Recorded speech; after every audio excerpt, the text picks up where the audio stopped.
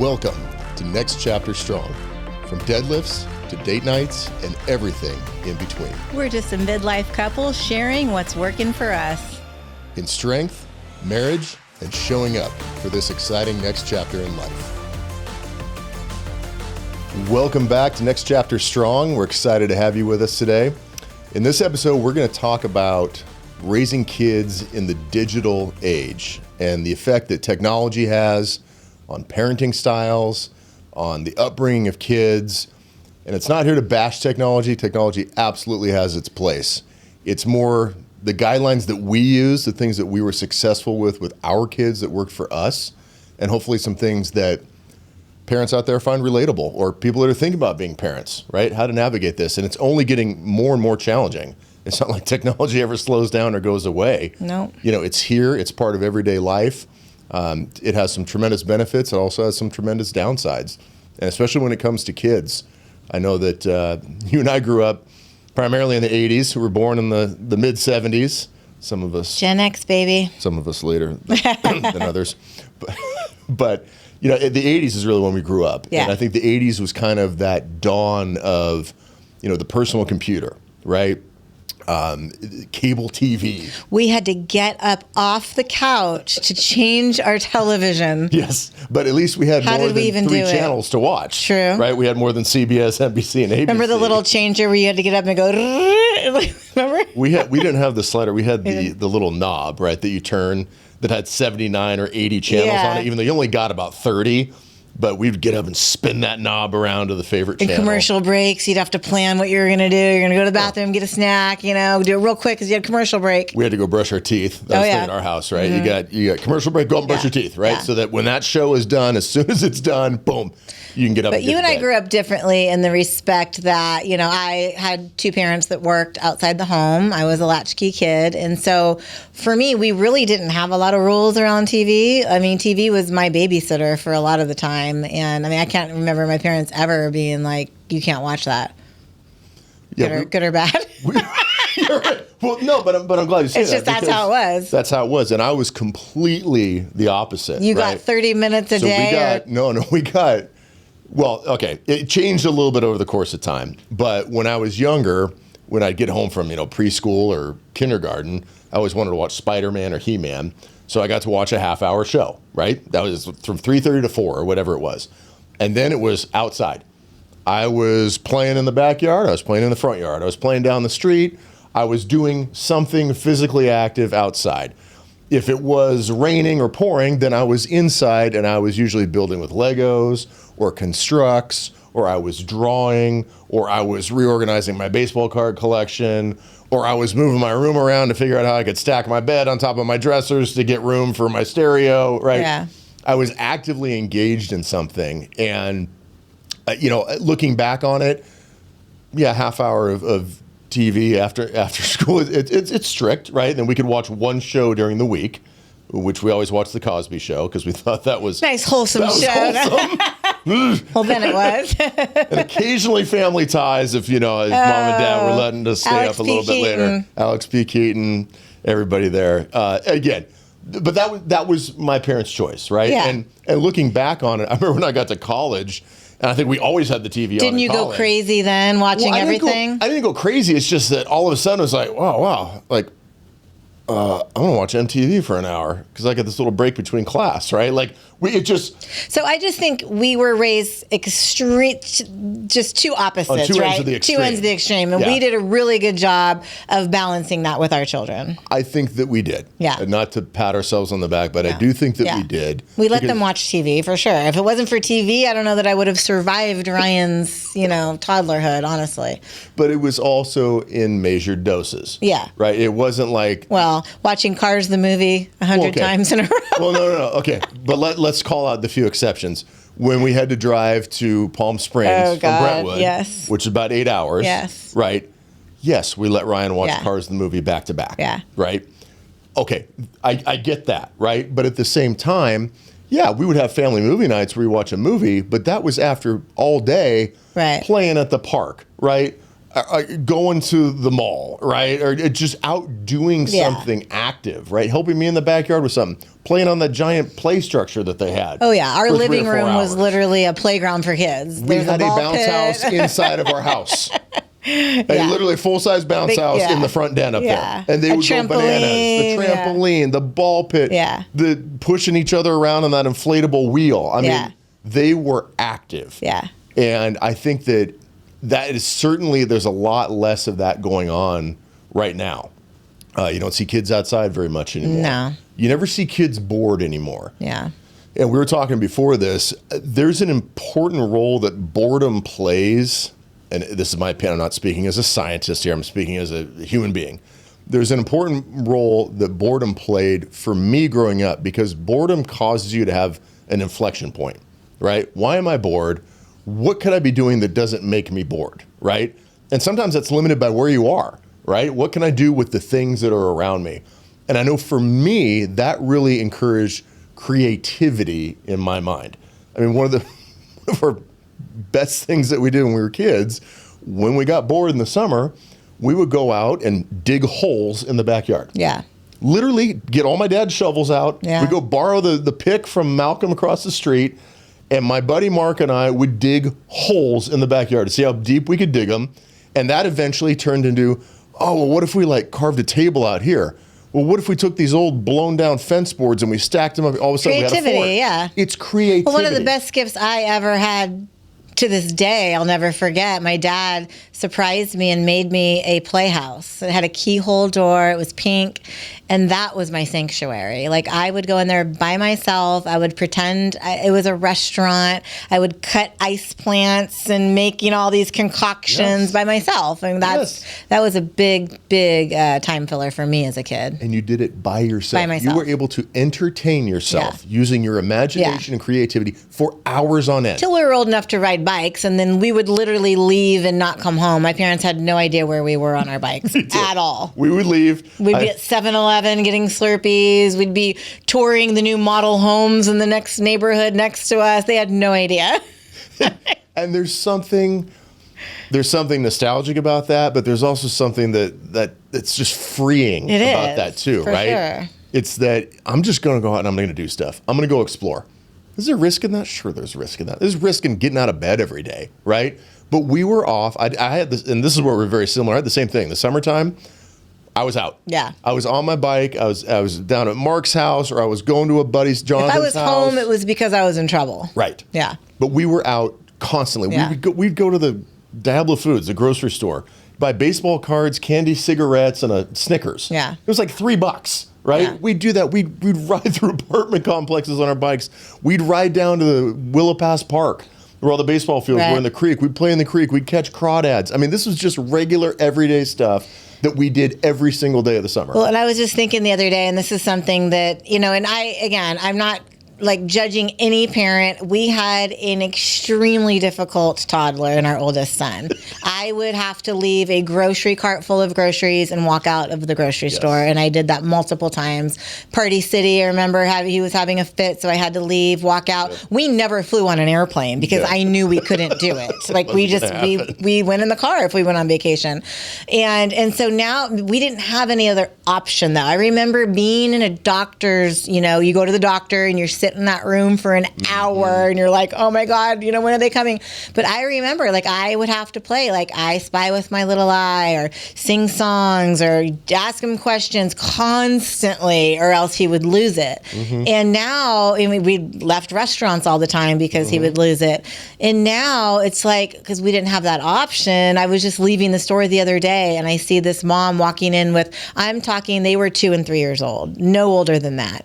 And each one of them, before they even get into the store, they hadn't had a meltdown, they weren't even in the store yet, are staring at a cell phone. And my heart literally dropped.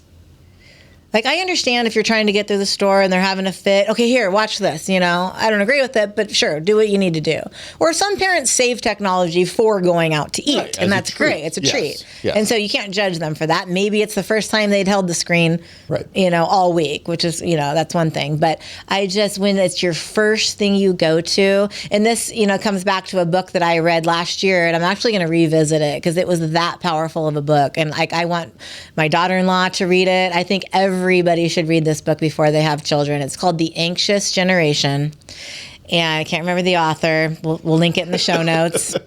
The Anxious Generation will absolutely floor you to hear what technology is doing to the brains, to the developing brains of these little kids. It is absolutely scary. It is scary, but it's also, and I think it's important to understand too, that technology does have a place, like we said at the beginning. Yeah. And I think you gave some good examples of it right there too. It's also can be a great learning tool. Yeah. I remember one of the other things that we did. Leapfrog or whatever our boys had. Yeah. Ryan and I think Nick was a little bit too young for this, but Ryan and I built a computer. Yeah. Literally. So he got to learn that entire process. He was like 5 maybe. And we went through the whole thing, and he used that to teach himself different lessons, right? Math lessons and word lessons that were incorporated as part of games, right? It's gamification, which is a very, very powerful learning tool. He had a tremendous experience with that, but it wasn't like he could do it anytime he wanted to for hours on end. You know, he would ask, hey, can I go play whatever the game was, right? Right. It's like, yeah, you can go have 45 minutes, right? With that, have at it. And he would go do that, and it was very structured. It was never just this, you know, carte blanche, everything you want all the time. Well, we were fortunate growing up in a court where there was tons of kids for them to play with all the time. So there really wasn't any boredom because they always had kids to play with. Not everybody has that. But, you know, what we did, so we made a conscious decision to not give our oldest son a cell phone until middle school, and we stuck to that. And it was late middle school. Late middle school. And he didn't even have social media, I don't think, till like 8th grade. He doesn't even care about social media at all, and that's probably why. Yeah. But our younger son, well, it was your fault. You're the one that made the decision. You decided to get him a drone for Christmas, and apparently you needed a cell phone to run the drone. Yeah. And what was he, in 5th grade? Yeah. And I have it on video. Christmas morning, he's opening this cell phone, and his older brother is like, are you freaking kidding me right now? Like, I had to wait. And so you know, we regretted it, right? Because I mean, Nick, obviously he's, you know, playing Division I football right now, so it didn't stunt him that much, you know, but he is a lot more into technology and games and YouTube, I think, than his older brother. And I don't know if that's why, because we gave it to him younger, or maybe it's just his generation. COVID, I'm sure, played a lot into that. Played a big role in that. For sure. And also, personality does too. He's much more introverted. Yeah. More like me. Yeah. And I think it's easier for the introverted side to really kind of shelter in that, right? It's like I can just kind of go over here and just be by myself, which is what I like, right? And be entertained doing that instead of, you know, being forced into social situations or things like that. So that has something to do with it too. But I would have definitely waited. We should have waited till 8th grade. Oh yeah, there. for sure. And I tell everybody that has younger kids now. You know, we have a lot of younger friends. I just wait as long as you possibly can, because you're not going to regret waiting. You're not going to regret it. And you think that you have to have it, you don't. Especially with social media now. Oh yeah, I think that's a whole nother topic. Yeah. But I mean, you know my thoughts. I just think that's the most evil invention we have come up with. Especially for little girls. Like, I can't even imagine being a preteen in today's age. For everybody. I mean, all of social media is fake. Yeah. You know, what is being presented out there is not real. And whether it's misinformation, whether it's physical appearance, it's just the whole thing is fake. And people get these notions in their head that they have to live up to some standard that doesn't even exist in the first place, other than in this online fictional social media world. Yeah. So, harboring your kids from that for as long as possible. Well, one thing you and I did not agree on, though, and I still, even to this day, we have our older son's in the military. Well, obviously, I can't follow him, but Life 360, I really want to follow our college son. And you still, even in high school, you were not a fan of Life 360. No. Can you? And I wanted to follow them. Well, I know that you did. And I don't want to seem like I overruled you, but my logic behind this was that... Well, the three of you together did overrule me. Well, I trust my kids, and I'm going to trust them until they break that trust. So if my son says, hey, I'm going to Joe's house, we're going to play pickup basketball, I'll be home at midnight, great. And he goes and he does that, and he's home at midnight. But right? a lot of people don't do it for the trust issue. It's just peace of mind to know where your kid is. Okay, but somehow every generation of humans up to 10 years ago lived without this ability to track every single movement of everybody in their family. Maybe it's because I knew what I did as a teenager. Okay, maybe you did it. But you know what? Part of that's how you learn growing up too. Nobody is an angel. You're going to make some bad decisions. Okay, that happens. But my point was, I trust my kids. I don't need to know where they are 24/7. That's unrealistic. It has never happened before. It's almost like a lot of pressure, too. Society. Yeah. It isn't true. And plus, then what do the kids think? Yeah. Having Big Brother over your shoulder all the time? If you're a good parent, you're already taking care of your kids, right? It's okay to extend that leash, give them a little bit of freedom. You don't have to know where they are all the time. Besides, what happens if you do know where they are all the time, right? Let's say that they're in their car and they're speeding. They're doing 90 miles an hour. What can you do about it right then and there? You can't do anything except get freaked out that, oh my God, my kid's driving 90 miles an hour on the freeway. Just creates anxiety. You can't run after him and drive. Yeah, it's going to give you anxiety. You're going to overreact when your kid gets home, right? The whole thing is pointless. If there's an emergency, they're going to call you. Well, if it's something that seriously happens, they're going to call you. This is a topic in the anxious generation is cell phone free schools, which is kind of trending right now. Good. Some schools are going cell phone free, which I think is great too. But there are a lot of parents that do not think it's great because they want access to their kid in case of an emergency. Okay, but how did they do it before? I know. How did you and I possibly survive? How did my great-great-grandparents in the 1830s possibly survive going to school? Yeah. How? It's not normal. Yeah. It's not normal to be that connected all the time. I remember waiting freedom. for hours for my mom to pick me up, like after volleyball practice, and I had no way of knowing where she was. No, and you just had to wait. I had to wait. And you know what? That taught you that I'm not going to get instant gratification. Yeah. And no, there's a lot of lessons. Sometimes I gotta wait. There's a lot of lessons that kids are missing out on. I think that's the point of the scary part of technology. Even simple things like learning to tie your shoe. 5-year-olds are not learning to tie their shoes, which is so important in brain development. Like, there's so many things. I really highly encourage even you to read this book. Oh, we'll start it tonight. Yeah, it's really good. But it goes back to finding balance. Yeah. Right? And it's understanding you do need to put some limits on this. And especially, with boys, video games are huge. Oh, yeah. Right? We did not have any video games in our house until, I think, middle school also, right? They got a PlayStation that one Christmas. Yeah, that's right. And there were times... Also your choice. Okay. Yeah, I mean, it is what it is. But it was not this unlimited. There were times where on the weekends, sure, it's pouring rain, right? And you guys want to go play video games for a couple hours? Go for it, right? Because you got a baseball tournament next weekend. We got football practice all week. I don't have a problem with that. No, not at all. But what I have a problem with is as soon as you get home from school, you go in your room and play video games till you go to bed at night.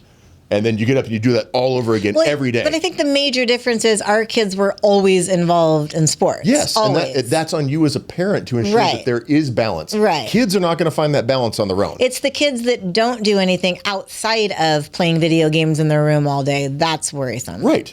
And you can't expect a kid to self-regulate that. No. That's not what a kid does. Well, it's like the author of this book was talking about going on vacation, and his 4-year-old daughter had the iPad in the back seat, and she's like, "Daddy, take it from me. I can't turn it off. I can't stop." Like, she realized her brain would not shut off. She could not stop doing the game. Yep. And that's freaking scary. No, it is. Well, and even, I know we're talking about video games too, but I remember a time when we took the kids up to Tahoe for New Year's, and we were staying there in South Shore. And that's when they were burning cups at the Hard Rock. Yeah. I mean, talk about an activity where that's one of their childhood memories is melting plastic cups in the fire pit at the Hard Rock Cafe. They did it for hours. Yeah. They were having a blast. Yeah. But I remember that down in the arcade area, they wanted to go see that. So we took them down there. I think they each had some money, so they're playing some games. And Nick was playing one of those spinning wheel games, right? Oh, yeah. It was a physical game where you pump a lever and it spins around. It was kind of like Price is Right. Yeah. And if it landed on a certain prize, you get X number of tickets, right? he was hell-bent on getting whatever it was, the $5,000 maximum prize. And he kept saying, Dad, one more. I just need one more. Dad, I just need one more. That was really eye-opening for me, right? Because it's like, this game is so well designed, which most of them are, to be highly addictive, right? But that's something also that's like, Nick, when you turn 21, let me go with you when you go to a casino. Right? No, I don't. Now, it worked out 10 years ago. I don't think Nick's going to do that at all. But it just put a little light bulb in my head that, you know what? Oh, wow. This could be. It's the endorphins, and that's the problem with social media and the likes and the views, and it's the endorphins, and these kids just get addicted to that. I know, they get those dopamine hits, like they like to say. You know, it's just Wild. that instant gratification, that instant boom, pleasure center. But you've got to, as a parent, I just kind of want to bring it back to, you know, what we did. We put boundaries in place on this stuff. We gave them balance in their life, right? We had a giant trampoline in the backyard that they wrestled with those giant stuffed bears for hours. Yeah. Hours. Yeah. Right? Then, they'd come in. Maybe they'd play Fortnite for an hour and a half. Yeah. And then they were back out in the front yard racing scooters up and down, right? Or they were going to play basketball down at the school. There was balance there. And it taught them that everything in life doesn't revolve around technology, right? That it's okay sometimes to just be still or to do things on your own. Sometimes you do things with people, but it's okay to do things on your own. We had that Lego table that I built for them, right? That was awesome. And they would go and, you know, they would build Legos. Nick especially, Nick would sit there for hours. He'd spend 3 or 4 hours building Legos, perfectly content and happy in his own world right there, just figuring out how to put things together. Yeah. Right?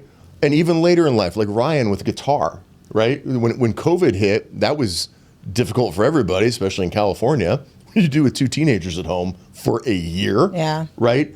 So, yes, they played video games, but they also did other things, and they did a lot of other things. They got to be excellent ping pong players who had a ping pong set. Yeah. That's when they really grew in their strength training out in the garage. Nick learned how to cut hair. Nick learned how to cut. He taught himself how to cut hair. Thanks to YouTube. Ryan taught himself to play guitar. Yeah. Like Ryan would go sit and play guitar for hours in his room. Hours. So I think our main message here is balance. Not no technology like you grew up, not too much technology, right? Like it's happening today, but balance. Get your kids, and it doesn't have to be sports. It could be music, it could be drama, it could be, you know, any extracurricular activity, but get your kids involved and then sprinkle in the technology, because the technology is going to be hard to take away when they're in high school. It's necessary. Like you have control right now when they're young. Right, but you now in higher learning, you have to have it. Everything is done on a Chromebook or an iPad or something like that. But it's up to you as the parent. The kids are not going to do this on their own, right? It's up to you as a parent. I'm going to give one shout out real quick to one teacher, the only teacher I ever knew, Coach Reinders, Ryan's favorite teacher in high school. He would have all of his students put their cell phones into like a pocket. Little cubby. Yep, a cubby every day. And I knew when I texted Ryan, if he didn't text me back within 60 seconds, he was in Coach Reinder's class. Because every other class, he texted me right back. And he was totally fine when he was in that class. Oh, absolutely. And he was learning history. He loved it. And that's it. his favorite class to this day. Yeah. So shout out to teachers that do that. Absolutely. But I wanted to go back just in wrapping this up. It's up to you as a parent to put those boundaries in place. It's up to you to expose your kids to a variety of different things. Sometimes your kids are going to love the things that you're into. Sometimes they're not. And that's okay. Right? But you got to find those things that do resonate with them, that they can become passionate about, that they see a reward in doing, whether it's through a musical instrument, whether it's through a sport, whether it's through art, whether it's through reading, design, whatever it might be. There are so many things out there that people are talented at doing, and it's up to you as a parent to expose them to that, right? And to be comfortable with whatever choice they make, right? I was lucky. I love football. My kids were both great football players, right? That was fortunate. They both love strength training. Ryan loves playing guitar, right? Those things are important to me, but I'm perfectly okay if they do other things too, right? For sure. If they wanted to go be volleyball players, if they wanted to go be writers, if they wanted to be artists, whatever, that's fine, right? Because they're broadening their horizons. They are learning new things. They are learning to be creative. They're learning to put their energy into something and to see a reward and to learn how to work long-term towards something and not just that simple gratification of social media posts, scrolling, social media posts, video game. Right. So with that, we hope those of you listening that do still have littles really cherish and enjoy this time with them. Don't take it for granted. Don't spend your time scrolling on your phone when you could be talking to your kids, right? And playing with them. And definitely be sure to check out the book, The Anxious Generation, because I think it's really eye-opening for a lot of people. So thanks so much for joining us, and we'll see you next time. Thanks for listening to Next Chapter Strong. If this hit home, please share it, leave a quick review, and follow us on Instagram at nextchapterstrong. And most importantly, keep showing up strong for what matters most in your life.